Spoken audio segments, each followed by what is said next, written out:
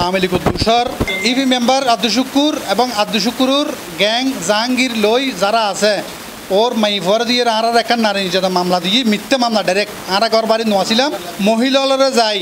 ইট পাত্তর নিক্ষেপ করি আরাতে এই সম্বন্ধে ছবি বহুত প্রমাণ আছে ডকুমেন্ট আছে ইতারা যাই আরা মারানোর পরে আবার যারা বাড়ি ঘর নোয়াছিলাম আরালে যে একটা নারী নির্যাতন মামলা করে দিই ওর মাইভরে নাকি আরা শীতল হানি করি এবং ওরা নাকি মারি ওরা নিজের গা নিজে ফাইটিতেও হইতে পারি নাকি ছবি নেটাতুন বাড়ি করিয়ে লাগাই দিয়ে যে ছবি কিনতে মেডিকেল তুন ঠোকালে আরালে মামলা করি আর 18 তারিখ মামলা করি 18 তারিখে ও আর ধরে লেগে গেছে 6 জন একসাথে এর ফর দিয়ে আর আইয়েরা আর হয়রান এর ফরও আর বাড়ি ঘর আই শান্তি তাই না পারি আর বলি তো আমি হাতে লাস্তা তুন লোড গচ্ছু দিলি এই সাইডে তুন লাম পারবো এই সাইডে তুন লাম পারবো ইতে এসাইডে ফেলাই দিই তো ওইটা হাইয়েরা হজিয়া বাগাই দিই আর সুষ্ঠু বিচার চাই গঠন হয়ে যায় ইয়ের লাই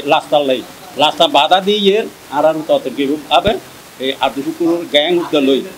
মানে আর জোরপূর্বক অপরের জায়গায় ডালাই কাজ করার কারণে অত্র এলাকার সাধারণ জনগণ এবং একে অপরের সাথে মারামারি হানাহানি সৃষ্টি করিয়া রক্তপাত ঘটনা ঘটাইতে সহযোগিতা করে সেই সাথে সরকারি নির্দেশনা মতো 5 ইঞ্চি ডালাই করার কথা থাকলে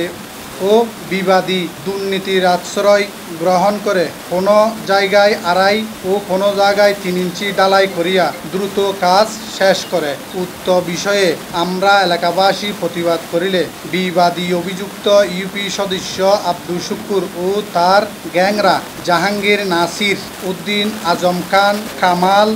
মোজাম্মেল রাকিব নাইম মর্জিনা বেগম নাইমা আক্তার সহ আরও অনেকে মিলে আমাদের উপর অতর্কিত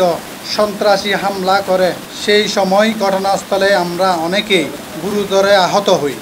এইদিকে হামলার 1.5 মাস পরে অভিযুক্ত ইউপি সদস্য ও তার গ্যাংরা মিলে উল্টো ভুক্তভোগী হাবিবুর রহমান রুবেল মুসা আবুল হোসেন নুরুন্নবী আহমদ নবী সৈয়দ নূর এলাকার আরও স্থানীয় বাসিন্দাদের বিরুদ্ধে মিথ্যা মামলা দিয়ে হয়রানি ও হুমকি দামকি দিচ্ছে প্রতিনিয়ত।